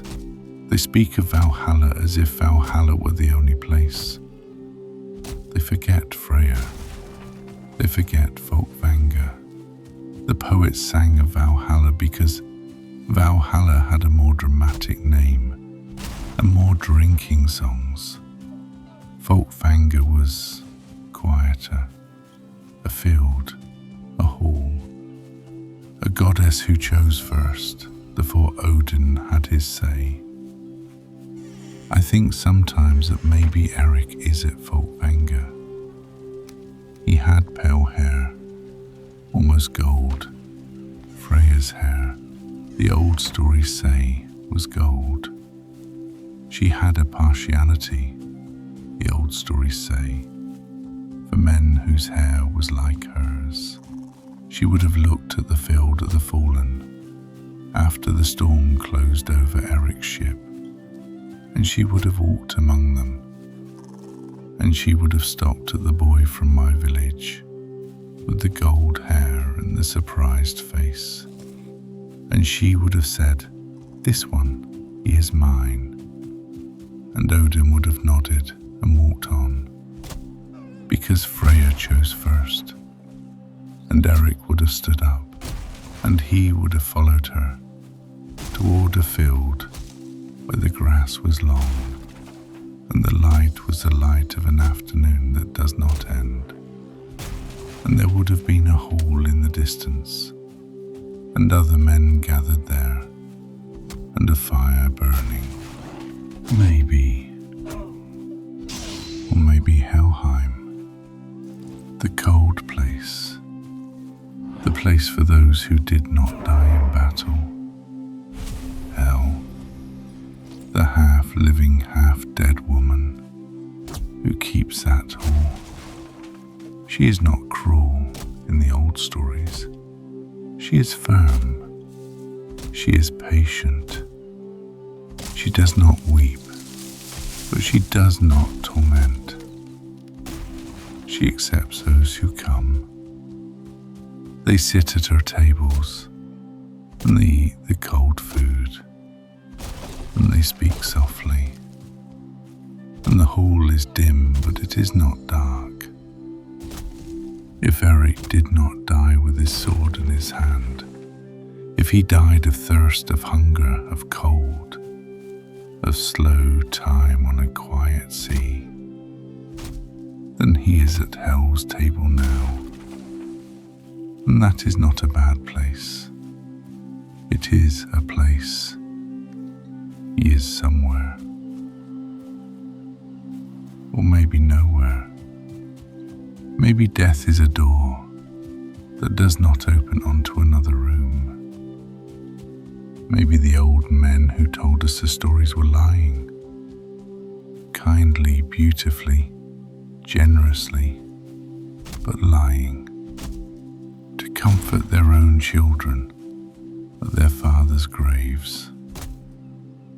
Maybe Eric is gone, just gone. The way a candle is gone. The way a song is gone when the singer stops singing. I do not know. My old self would have struck me for not knowing. My old self lived in yes and no. My old self was certain. My new self has built a house called Maybe. It has a roof. It has a bench by the fire. It has room for many cups and many names and many ghosts. I sit in it most evenings. I am at home there. In our country, when a man is lost at sea and there is nobody to bury, the family raises a stone. We put one up for Eric in the old village, in the meadow above the fjord. It is taller than a man.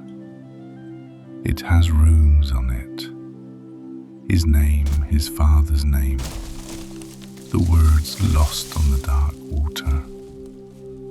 A woman named Sif, the same name as a goddess, but she was no goddess, only an older woman with calm hands, a widow, who Eric had become close with the last summer of his life. She helped me carve those rooms. We did it together over the course of a week. We did not speak much. There was not much to say. The work spoke. When the rooms were finished, she stood back and looked at the stone. She said, "He was a good man." I said, "Yes, he was." She said, "He told me, the spring before he sailed, that he wanted children. He wanted to wait until he came back from this voyage and then ask me. We had not talked about it openly. He was just preparing himself. She did not weep. I did not weep. We stood there until the sun went down and the stone was dark against the western sky. Then we walked back to the village. I do not know if she ever found another man. I left the country before she did, if she did. The stone is still there, I imagine. The runes are still on it. The wind has worn them by now. They are still readable, if you know what you are looking for. Vinno knew Eric for 4 winters. He grew up in the door of a house that Eric visited every week. He knew the sound of Eric's footstep on the path. He knew the smell of dried fish in Eric's pocket. When the harvest moon came that year, and Eric did not come, the dog stopped going to the threshold. He understood somehow. He grieved in his own way, quieter than I did, but in a way that lasted longer. For half a year he would not eat anything from a man's hand other than mine. Era fed him from a bowl on the floor. He took it, but not from her hand. Not until the next spring. Dogs have their own customs of mourning. We do not always notice. They are patient. They wait for us to catch up, to Eric, to my brother, to the boy in the next bed, to the man who walked Era up to my door, to the man who said at my wedding, before 50 witnesses, "Take 10 of my years, gods, and give them to them at the end." I do not know where you are, brother. I have built a house called Maybe. I keep a chair by the fire for you. I imagine you in it sometimes. I imagine you laughing at how careful I have become in my old age. If you are anywhere, I hope you are warm. If you are nowhere, I hope it does not hurt. If you are at sea still, in some way I cannot understand, sleep well, brother. The water is the water. The water is not personal. I drink the 5th cup. This one is mine. I am not going to stand for this one, Vinner. If I stand at this point in the night, my knees will not forgive me in the morning. And tomorrow is a day my knees need to be on speaking terms with me. I lift it from where I sit. I look at it for a moment. The beer is dark. The wood of the cup is from this country. I cut it from a piece of the white birch outside the door. The handle is carved with a small spiral. The thing I learned from my father, who did it to all his cups. He did not know what the spiral meant. He said it had been on his father's cups and his grandfather's. The spiral is older than any of us. In the old way, the man's last cup at Sumble was for himself, but he was not allowed to praise himself. He was allowed only to name himself and to drink. The praise, if there was any to give, was given by the others. The man could only stand and say his own name. But there are no others tonight. So I am going to break the rule a little. I am going to do this one differently. I hope my father, wherever he is, will understand. I'm going to talk a little before I drink. I made mistakes in this life. I have named some of them tonight. There are others. There are mornings I did not get out of bed when Era needed me to. There are evenings I came home and was sharp with her over things that were not her fault. There is a year when Liv was newborn and I was still a man who had not stopped fighting, when I was gone from home for 9 months out of 12. I do not get those months back. They are gone. They are in someone else's house, in the house of the man I was, who is no longer the man I am. He kept those months. I cannot reach into that house and ask for them. I made those mistakes and I made others. The list on a long night can be very long. I also did some things right. I chose Era. I chose her at 26. I have not in 18 winters regretted choosing her. There has been hard winters. There have been quarrels. Era is not. I will tell you, since we are alone, Era is not always easy. She has a temper. She has a long memory. She holds quiet against me sometimes, for days, when I have done something wrong, and she will not say what the wrong was, and I have to find it myself. But she is mine, and I am hers, and in the deepest cold of the last 20 winters, when the things outside our door were trying to eat us alive, the inside of our house was warm. That is the thing I am proudest of. Not the raids, not the silver. The warm house. I named our daughter Liv. In the old tongue, that word means life. I named her at sunrise on the morning she was born. I held her in front of the door in the old way. I said her name aloud into the air 3 times. She was 4 hours old. She did not look like life. She looked like a small wrinkled potato with a great deal of opinion. But that is what life looks like, mostly. Not what the poets say. The poets say life is a flame, a song, a green tree. Life is a small wrinkled potato with a great deal of opinion. The poets have not held many newborns. I came here. I built this hall. I will stand on the beach the day after tomorrow, and I will see the green cloth come around the headland, and I will lift my daughter into my arms, and I will see whether she remembers my face. These are the things I have done right. There are not many. They are enough.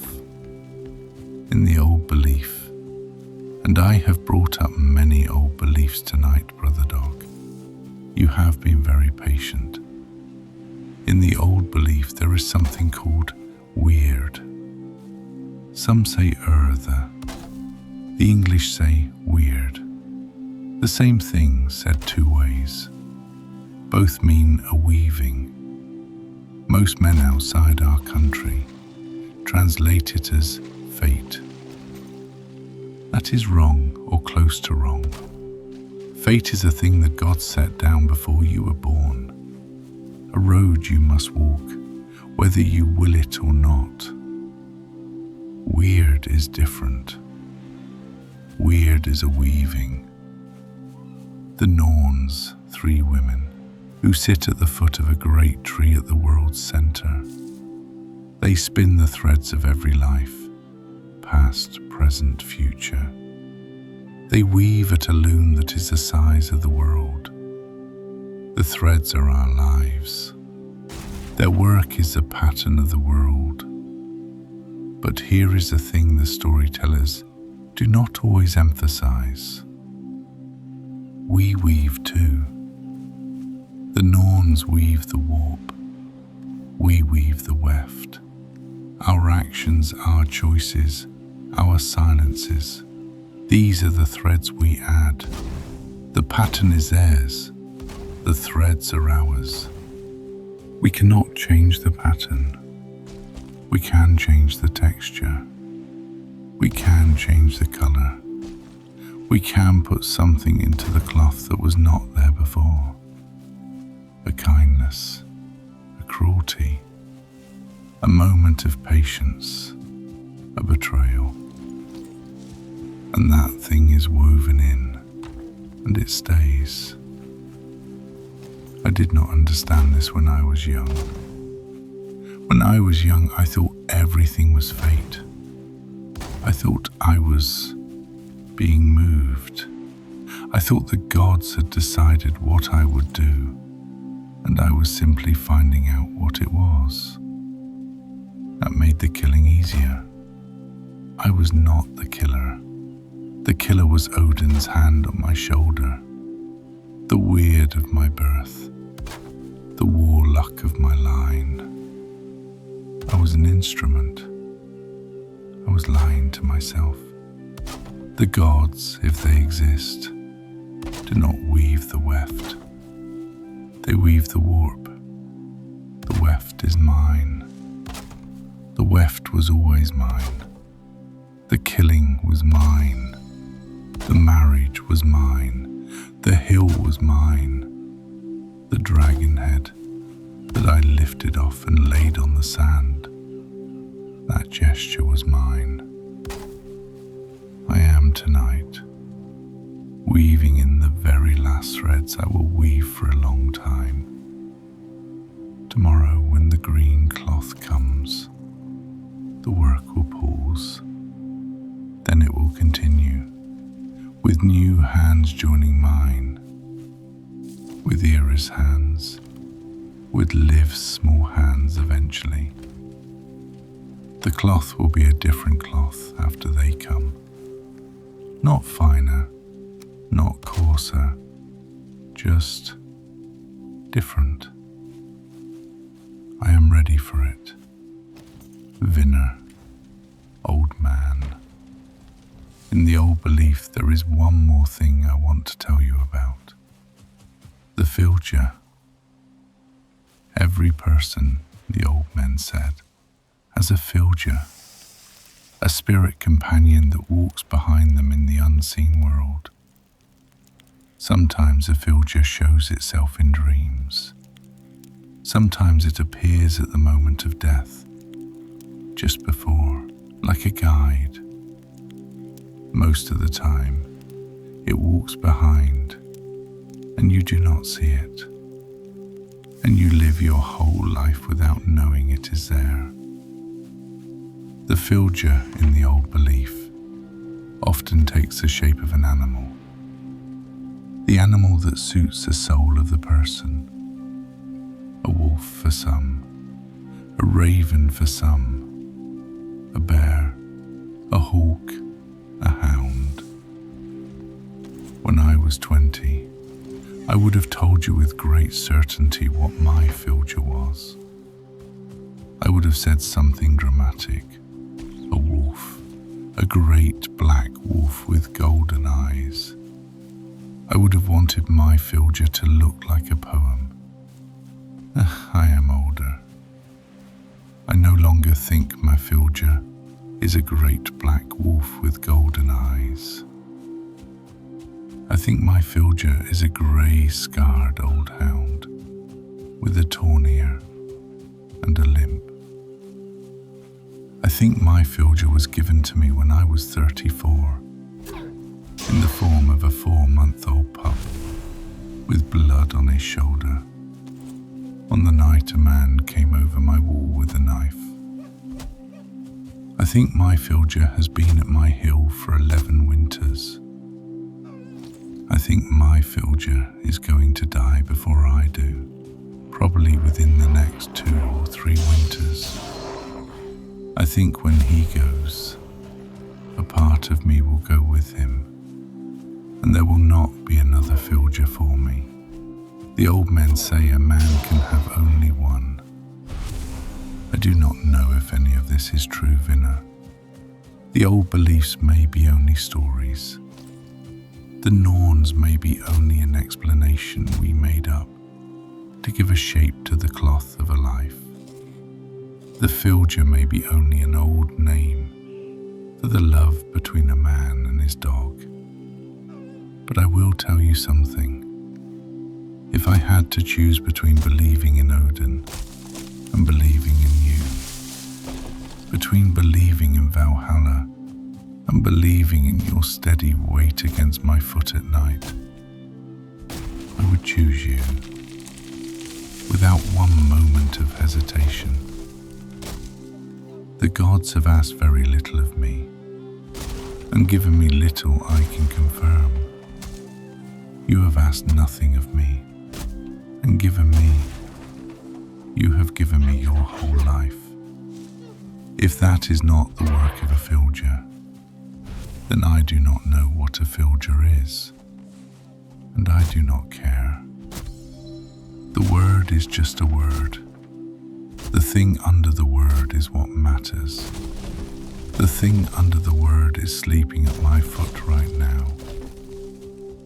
I drink to myself then, to Halvar, Alvarther, the keeper of the stone, to the man who chose Era, to the man who named his daughter Life, to the man who built this hall, to the man who is going to stand on the beach the day after tomorrow, with his hand on the head of his old Filger, and watch a green cloth come around a headland.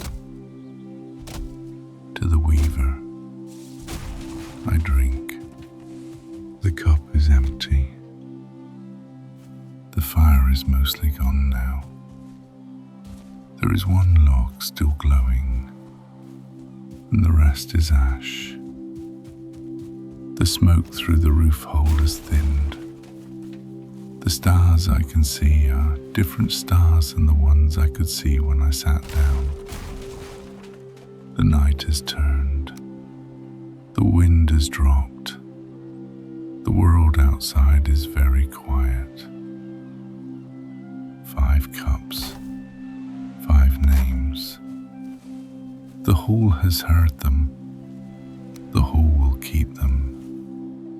Bjorn, alive, asleep, bringing his terrible jokes back to my fire, tomorrow or the day after.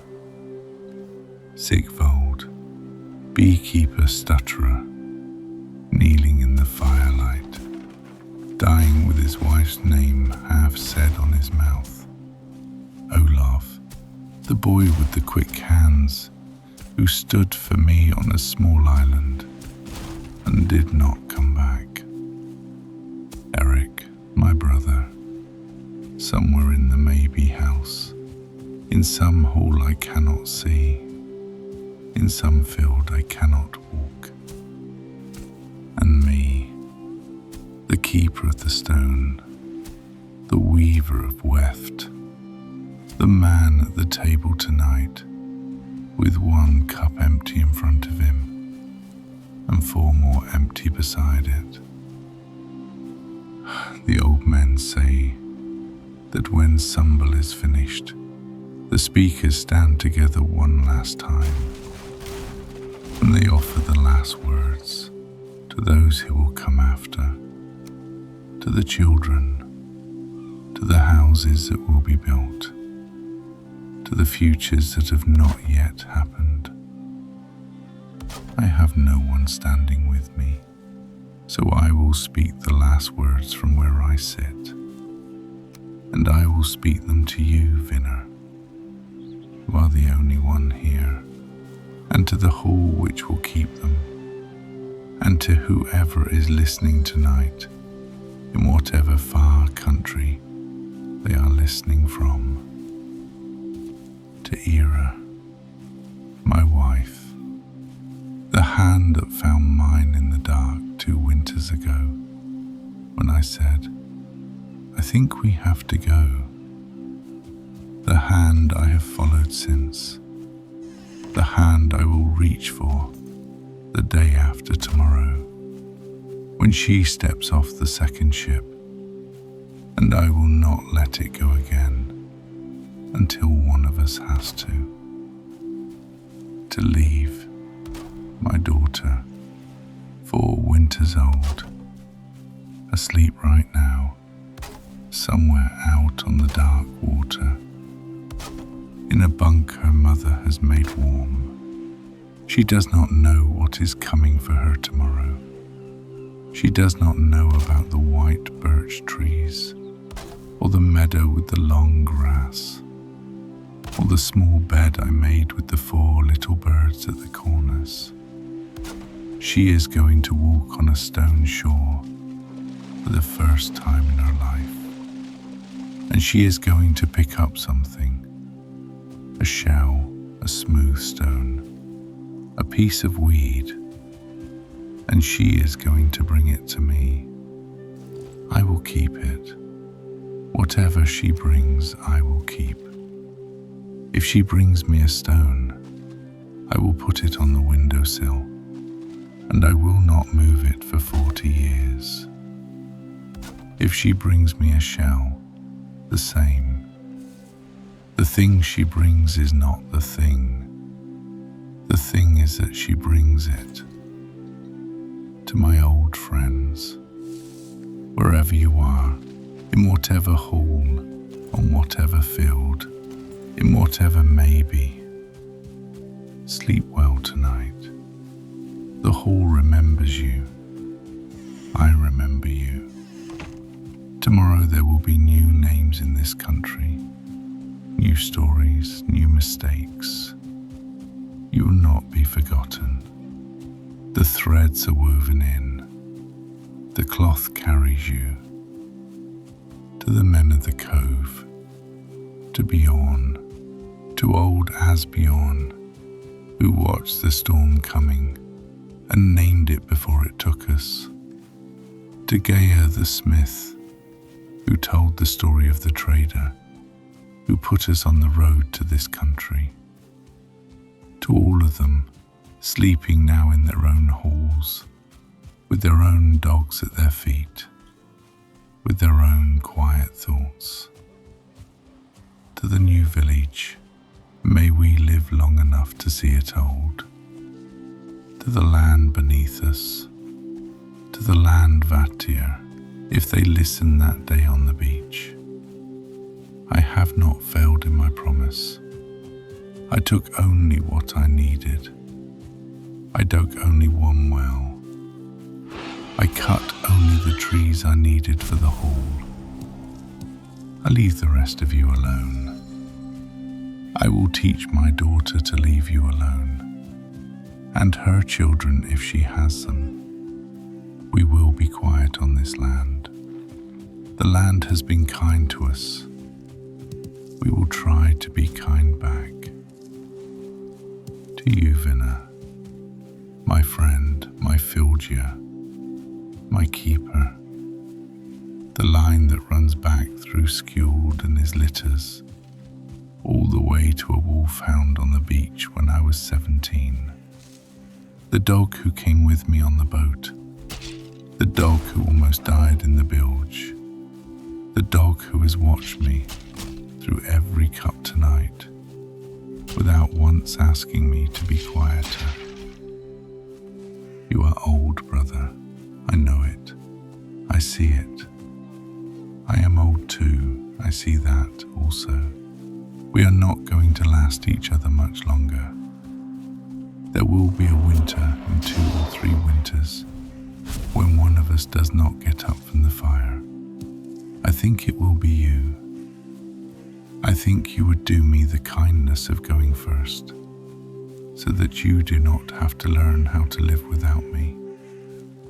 I will learn how to live without you. I will not be good at it at first, but Era will help me. Leave will help me. The hall will help me. These walls have heard your name now, and your weight on the rushes by the wall, and they will remember you in their wood, the way the wood of an old hall remembers everything. You will rest, brother. You will sleep in some good place. Maybe Freya keeps a hall for the dogs of good men, somewhere just off the path of Folkvanger. I would like to think so. I cannot prove it. I will think it anyway. To the hall, to the fire that has gone out, to the cups, all 5 empty now, to the morning that is still many hours off, to the day after tomorrow, when the green cloth will come, to Aira's hand that I will hold, to Leave, who will pick up something from the shore and give it to me, to my old friends, to my brother in his maybe house, to the keeper of the stone, who is going to sleep now. Good night, Aira, wherever the second ship is tonight. Sleep well. The wind has dropped. The water is quieter than it was an hour ago. Good night, Leave. You are not yet here. You are coming. The world is making a place for you. Good night, old friends. Good night, Bjorn, terrible jokes and all. Sleep well in your hall. Good night, Sigvald. Good night, Olaf. Good night, Eric, wherever you are. Good night, Vina, old man. Good night, Hall. Good night, Halvar, keeper of the stone. Tomorrow is a new day. Tomorrow is, perhaps, the beginning. Sleep now. We left Halvar there, in his mead hall, the fire gone, Vina at his feet, 5 empty cups on the long table. Morning is close now. The ship will come, perhaps tomorrow, perhaps the day after. The wind has been against them. Thank you for spending this night with him and with me. Whether you heard the whole story in one sitting, or in pieces, or whether you fell asleep somewhere in the middle of the 3rd cup, I hope each of you is well tonight, in your own way, in your own night. While I was writing this story, because I write these stories late at night, with the tea getting cold, with the cats walking across my desk, I noticed something. Halvar's 5 cups were really 5 questions. Each cup opened a different door, a door that goes into the listener's own life. I want to share a few of these, briefly, because some things lighten when said aloud. The 3rd cup, Olaf, was the hardest one to write. The moment when Halvar twists his ankle on a stone, looking up at a hawk. That is a small moment. No one would notice it. No one would judge it. And yet that small moment cost Olaf his life. Halvar carried that for 19 winters. The face of Sigrid in the doorway, the door he could not close behind him, the debt he could not pay. We all have these doors. The apology we never said, the thing we never explained, the person we did not speak to before they died. This story wanted to say something quiet, but I think important. Some debts are not paid, some are only carried.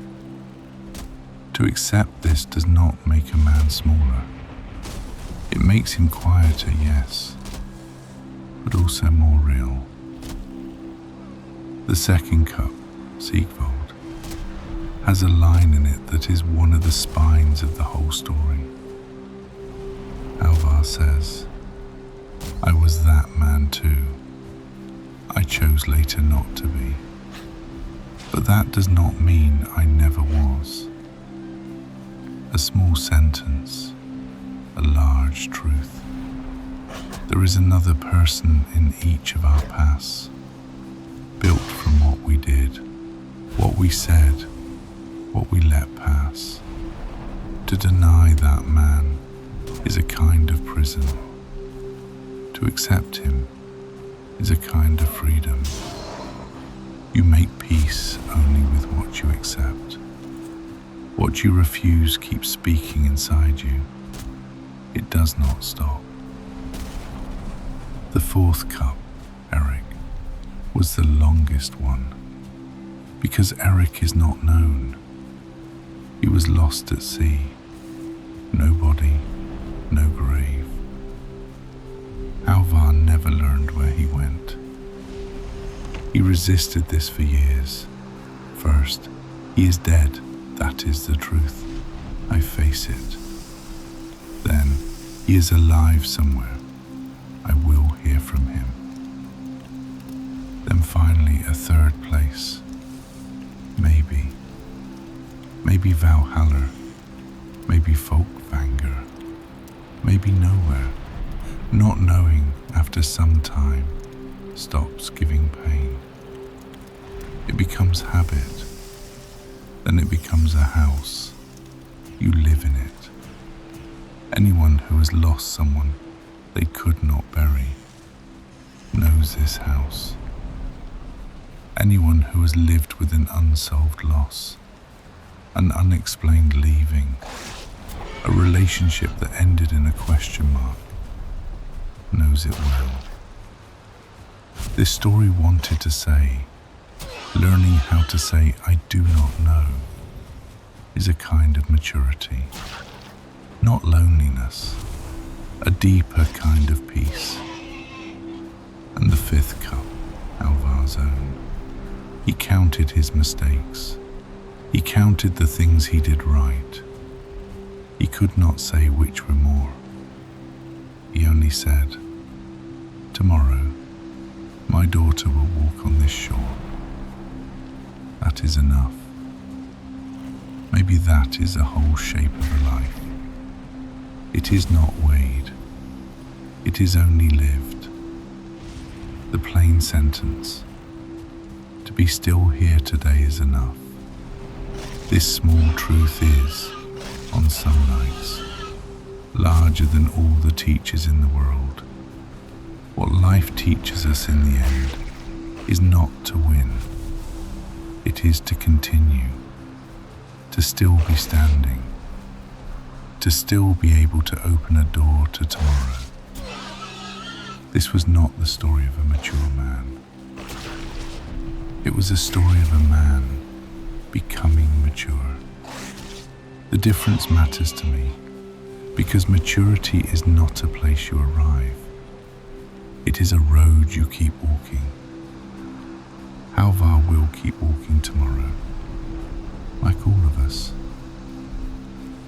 Now, a few words about the game tonight. I came back to Valheim after years away. It was a strange feeling, I'll be honest with you. Some things were exactly as I remembered. Cutting the first tree, setting up the first workbench, the way the light fills a small room, when the fire begins to burn in the pit. These small details, unchanged. I'm glad they are unchanged. The newer updates, Mistlands, Ashlands, those are far from where we went tonight. Halvar's story is shore, Mead Hall, a small island, the early biomes, the ones I knew before. So the connection to the old game stayed. It was not a new game I was learning tonight. It was an old game, slowly remembering me. I want to say one thing. I did not die. At my age, that counts as an achievement. On the first night, I got caught outside. The roof was not finished. The grey dwarves nearly had me. But somehow the wall stood, and I made it through. I am rusty, yes. I made small mistakes. You probably saw them. But I'm still here. I had a great deal of pleasure playing tonight. I hope some of that came across to you. I hope you had a little of it too. This game and this Norse world, the northern coasts, the mead halls, the old gods, the rituals like Sunbell. I will keep coming back to it. You only saw one of Halvar's nights tonight. There are others. We could visit Bjorn's village. We could be there the morning the second ship arrives. Or other characters, other lives, other nights. The world is large. I'm only just beginning to walk back into it. If this story brought something to your evening, even one quiet hour, even a single line that stayed with you, I'd be grateful if you'd consider subscribing. This is a small channel. Every listener matters to me. A like helps another person, someone looking for a quiet hour, just like you, find this place. And in the comments, if you have a moment, tell me where you are listening from tonight. What time is it where you are? Which moment in Halvar's story stayed with you? Which line caught at you, would not let your hand go? Which of the 5 cups felt like your cup? I read every comment, day or night. It helps me knowing who's out there. I'm going to keep playing for a while, about 2 more hours. I'll be quiet, just the sound of the game now. The waves, the wind, the fire in the pit. If you want to stay, stay. It works as background sound. If you're going to sleep, good night. If you've already fallen asleep, somewhere back in the 3rd cup or the 4th, listen quietly. I'm here. If you're listening in the daytime, from a different hour of the world, may your day go gently. I'll be here next time. Another story, another character, another night. Until then, take care of yourselves and of each other.